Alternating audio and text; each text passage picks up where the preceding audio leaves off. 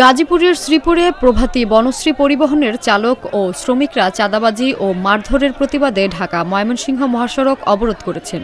১ June রোববার রাতে হামলাকারীরা বেশ কয়েকটি গাড়িতে ভাঙচুর, চালক ও সহকারীদের মারধর এবং এক চালকের সহকারীকে তুলে নিয়ে যায়।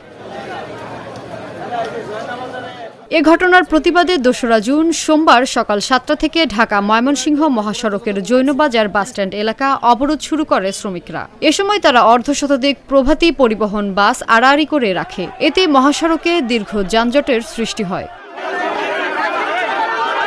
প্রভাতী পরিবহনের একজন চালক জানান, রাতে আনুমানিক ২টার দিকে ১০ থেকে ১৫টি মোটরসাইকেলে করে বেশ কয়েকজন লোক তাদের উপর অতর্কিত হামলা চালায়।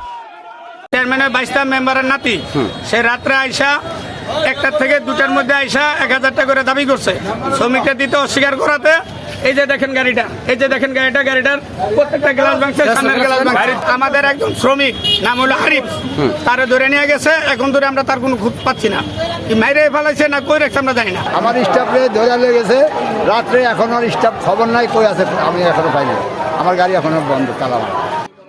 শ্রীপুর থানার ভারপ্রাপ্ত কর্মকর্তা মোহাম্মদ আব্দুল বারিক বলেন, খবর পেয়ে পুলিশ দ্রুত ঘটনাস্থলে ছুটে যায়। তিনি জানান, চাঁদাবাজির সঙ্গে যেই জড়িত থাকুক না কেন তাকে ২৪ ঘন্টার মধ্যে আইনের আওতায় আনা হবে।